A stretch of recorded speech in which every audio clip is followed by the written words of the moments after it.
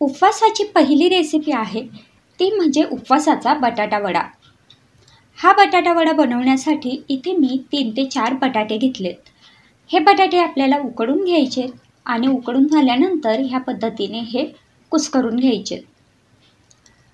तर तुम्ही बघू शकताय तिथे मी हे बटाटे व्यवस्थित मॅश करून घेतलेत। आता एका कढईमध्ये एक छोटा चमचा तेल घ्यायचं आहे। तेल गरम झाल्यानंतर त्यात अर्धा चमचा जिरं टाकायचं। जिरं चांगलं तडतडलं की मग याच्यात आलं आणि हिरवी मिरचीची पेस्ट टाकून घ्यायची।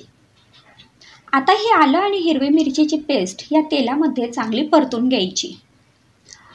ही पेस्ट व्यवस्थित परतून झाली की मग आपण जे बटाटे कुस्करून घेतलेले होते ते इथे टाकून घ्यायचे।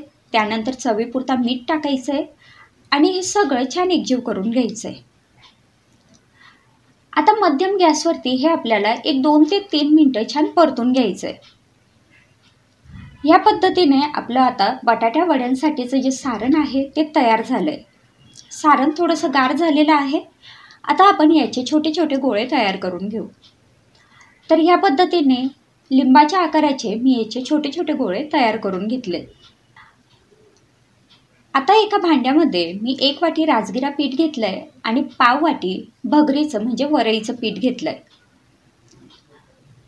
यात अर्धा चमचा लाल तिखट टाकून घेतलंय, चवीपुरता मीठ टाकून घेतलंय आणि हे सगळं छान एकजीव करून घ्यायचंय।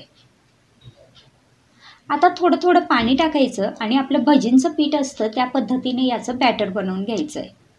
पाणी टाकताना सुरुवातीला अगदी थोडंसं टाका, थोडं थोडं करत पाणी टाकायचं, नाहीतर हे राजगिऱ्याचं पीठ लवकर पातळ होतं।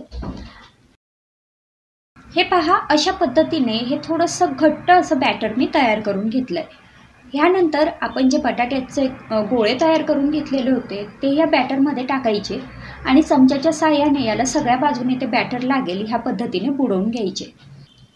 आणि आता बॅटर लावलेला हा गोळा आपल्याला तळून घ्यायचा आहे।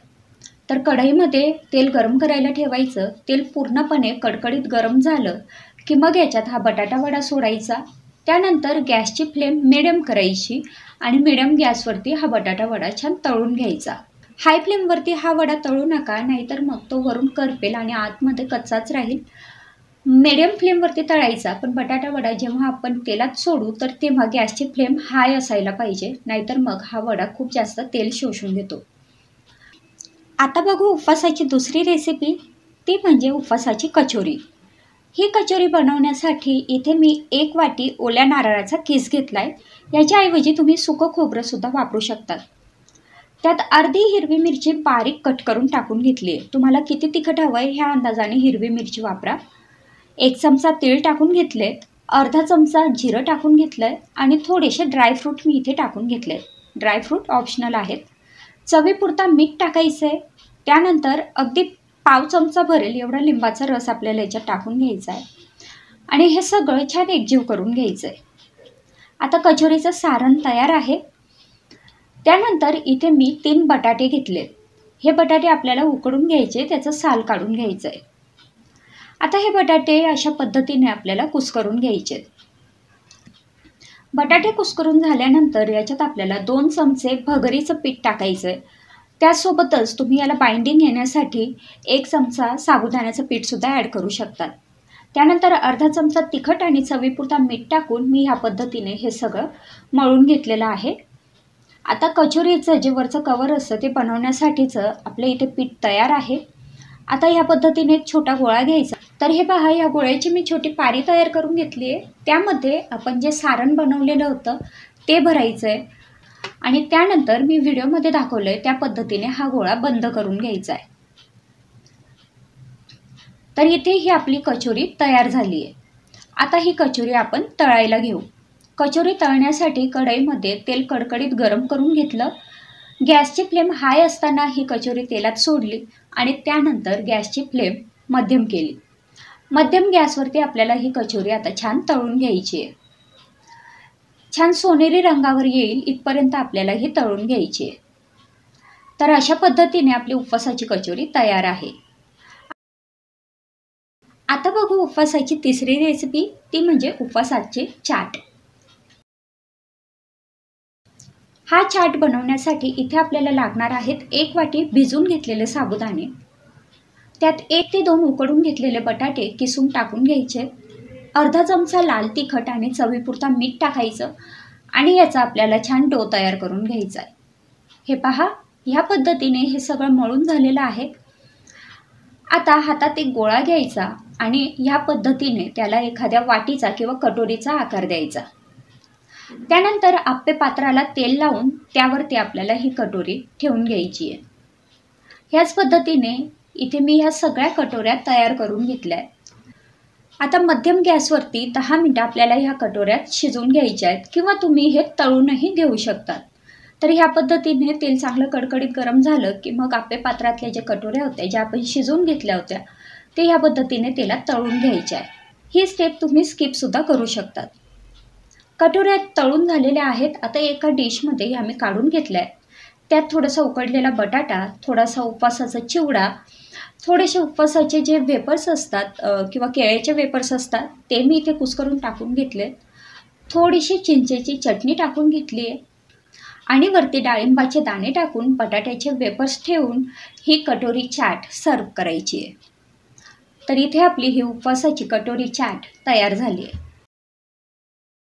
आता बघू उपवासाची चौथी रेसिपी, ती म्हणजे उपवासाचे गुलाबजाम। उपवासाचे गुलाबजाम बनवण्यासाठी सगळ्यात आधी आपण पाक बनवून घेऊ। त्यासाठी एका भांड्यामध्ये 1 वाटी साखर घेतली, साखरेमध्ये अर्धा ते पाऊण वाटी पाणी टाकून घेतलं आणि आता याचा पाक बनवून घ्यायचा आहे। तर साखर पूर्णपणे वितळून पाक उकळायला लागला की त्यात 2 ते 4 केशरच्या काड्या टाकायच्या आणि एक 5 मिनिटं मध्यम गॅसवरती हा पाक उकळून घ्यायचा। त्यानंतर इथे मी काही रताळू घेतलेले आहेत। हे रताळू आपल्याला वाफवून घ्यायचे।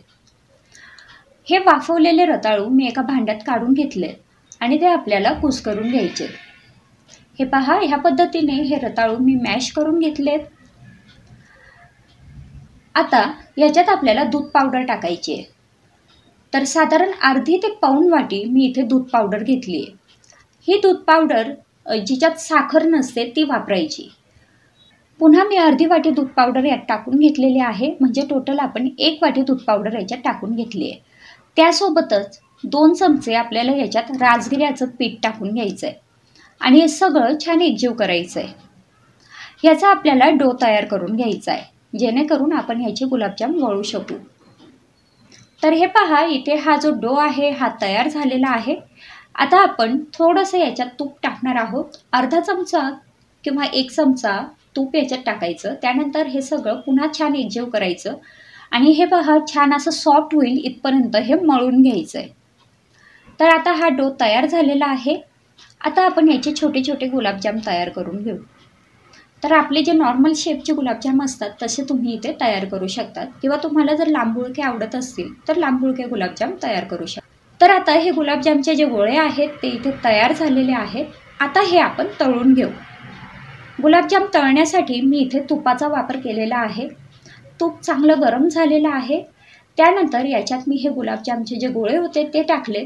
गॅसची फ्लेम अगदी लो केली आहे आणि लो फ्लेमवरती आता हे गुलाबजाम आपल्याला छान तळून घ्यायचे आहेत। गुलाबजाम तळत असताना या पद्धतीने हे सतत हलवत राहायचे जेणेकरून सगळ्या बाजूने हे व्यवस्थित एकसारखे तळले जातील। तर हे पहा, गुलाबजाम इथे तळून झालेले आहेत। आता हे सगळे गुलाबजाम आपण जो पाक तयार करून घेतलेला होता त्यात मी टाकून घेतलेत। छान एकजीव करायचे आणि त्यानंतर एक 15 मिनिटं हे या पाकातच व्यवस्थित मुरू द्यायचे।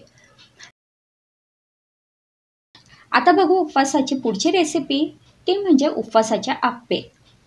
उपवासाचे आप्पे बनवण्यासाठी इथे मी 2-3 उकडलेले बटाटे घेतलेत आणि ते ह्या पद्धतीने किसून घेतलेत।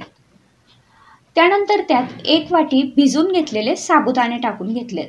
2-3 चमचे शेंगदाण्याचा कूट टाकून घेतलाय, 1 चमचा बारीक चिरलेली हिरवी मिरची, अर्धा चमचा लाल तिखट, थोडासा आल्याचा कीस आणि चवीपुरता मीठ, हे सगळं टाकून हे एकजीव करून घ्यायचं आहे आणि याचा आपल्याला डो तयार करून घ्यायचा आहे। तर हे पहा, हे जे सगळं मिश्रण आहे ते आता एकजीव झालेलं आहे। आता हाताला थोडंसं तेल लावायचं आणि त्यानंतर हे जे मिश्रण आहे याचे छोटे छोटे गोळे तयार करून घ्यायचे। गोळे तयार झाले की त्यानंतर आप्पे पात्रात तेल टाकायचं. मीडियम फ्लेमवरती हे आप्पे पात्र गरम व्हायला ठेवायचं आणि त्यानंतर आपण जे साबुदाण्याचे वडे तयार करून घेतलेले आहेत किंवा गोळे तयार करून घेतले ते ह्या आप्पे पात्रात ठेवायचे. मध्यम गॅसवरती 10 मिनटं एका बाजूने हे आप्पे छान शिजवून घ्यायचे.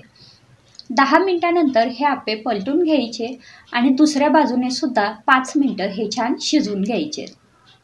तर ह्या पद्धतीने आपले उपवासाचे आप्पे इथे तयार झालेत किंवा तुम्ही याला साबुदाणा वडासुद्धा म्हणू शकतात.